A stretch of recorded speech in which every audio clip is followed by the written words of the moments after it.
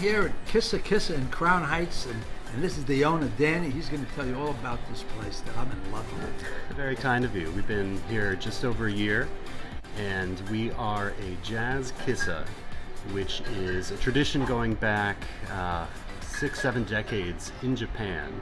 These were places that popped up in the wake of World War II. People in Japan are really, really passionate about jazz music. And in the years following the war, it was prohibitively expensive to buy American imports of jazz records. And so these cafes and bars popped up where people could go and listen to the new music that was coming out at this really fertile time in jazz history, 50s and 60s. People like Miles Davis and John Coltrane, Charles Mingus were putting out their iconic seminal work. And there was a whole culture around these establishments. People were quiet, you listened to the music, the speakers were great, and it was really about coming together, gathering in community, but also in respect for the music. And so that concept here to New York, which, you know, some adjustments along the way, as you might imagine. So on a Friday or Saturday night in the city, it's a little more boisterous. But if you come here on a Sunday or Tuesday, it's pretty relaxed. You can hear the music. You can really appreciate what these artists were doing. I've heard that maybe the best pizza in the world is in Japan, in a place called Savoya. Really? So maybe you need to go to Japan and check out the pizza, which, since I know you love pizza, since we're here to do this pop-up thing. We don't need to go to Japan. We've got some pretty great pizza in the backyard tonight. There you go. There you go.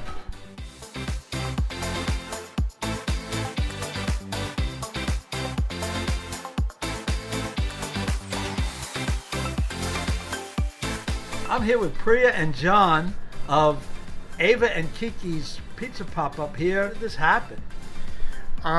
So every summer I do a deep dive into something different, and one year during COVID it was pizza. And we were living in New Haven at the time. I grew up there, and when we came back to the city a couple years later, there really wasn't anything like Worcester Street pizza here. I kind of assumed there was, but there wasn't, and so we just kind of started having parties, having people over, feeding a lot of it to our friends and neighbors, and then decided to just start doing some pop-ups in the fall. So what were you doing to support yourself? I work in the film industry. And I work as a tech consultant, and I was also tired of being the only recipient of the pizza, so we kind of branched out from just eating meat pies. I did force her to eat a lot of pizza for a while. No complaints. There are worse things that you can do. Yep. And which is more fun? You know, sharing it with our friends is probably always going to be the best, but we get to make more friends from doing it this way. Oh, good answer. The greatest discovery that I made is better to be the boss than have a boss, okay? And I could see just by what you have going on here that you should do this. Don't stop. You're John. So who are Ava and Kiki? What's up with that? They are very adorable two little dogs who have been the recipient of many a pizza crust. It felt right to name it after them. Oh, that's very nice. Can you put butter on the crust? I mean, they've definitely received buttery crust. That's good. Yeah, Very those good. dogs are living good. Well, that's very nice that you did that. You know, unlike the egotistical person I am, named the place after myself. The next one. It's a good idea. We'll see. We'll see. So, you're serving New Haven style pizza. You're here in Brooklyn. Why New Haven style pizza? That's the pizza I grew up on. That's, you know, everybody has kind of that taste, that specific kind of pie that takes them back to, you know, growing up. And for me, that's the New Haven style. And it is different. I think a lot of people think it's kind of like a subset of New York, but it's really its own thing. It's a thin crust, but it's kind of in between the Neapolitan style and the New York style in terms of the way that there's crisp, there's chew, there's char. It's thin though, holds its shape. What's your favorite topping? Oh gosh, probably pepperoni, but I would say a close second. What? I really like the pepperoni and pickled pepper pie. Yeah. It's kind of indulgent, but also there's a zing in the pepper. It's very good. I recommend. Yeah, we do our own sweet pickled peppers, jalapenos. Sounds good. Yeah.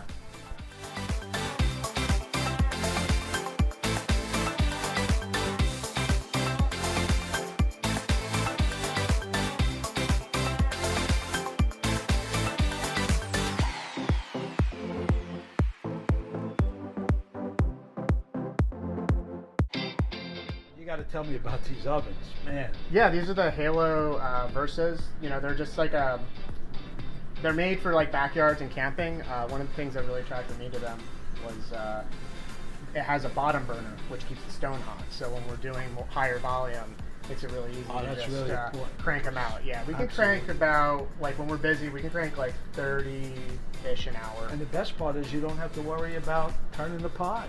Yeah, exactly. It just that's turns great. itself. It's really nice and easy. This is like this opens up, so it's super easy to clean them. They're super lightweight. Yeah, they're great. People are always asking me, what should I use to cook? And I didn't know about these.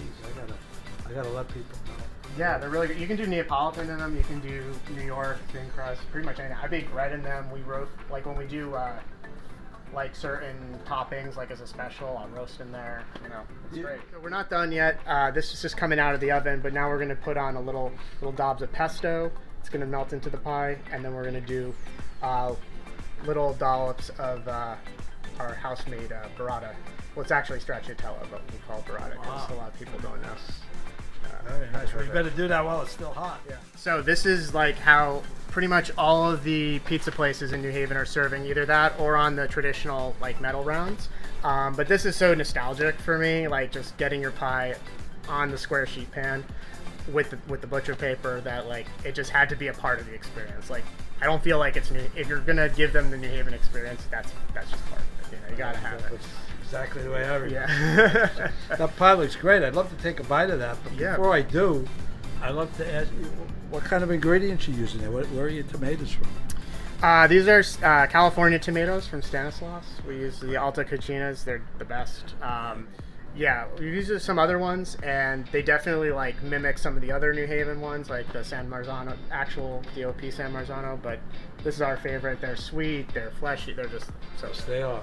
Yeah. They are. It's a great choice. I got to get to the hot stuff here. Hang on. Very good. Very good. Where's the burrata, the stracciatella from? We make it. Yeah. So, you know, we've sourced it in the past, and it's great. You know, we get it from a good provisioner, but we were like, we can make this. We should do it. Yeah. And so, yeah, a little sweeter with the cream. Serious business. Thanks for having Flavors of New York, and why don't you tell us where we can find you on social media? Yeah, for sure. You can follow us on our Instagram at Ava and Kiki's, AVA, ANDKIKIS, and avaandkikis.com. Be there or be square. I'm Paulie Gee, and I'm with Flavors of New York. See you again.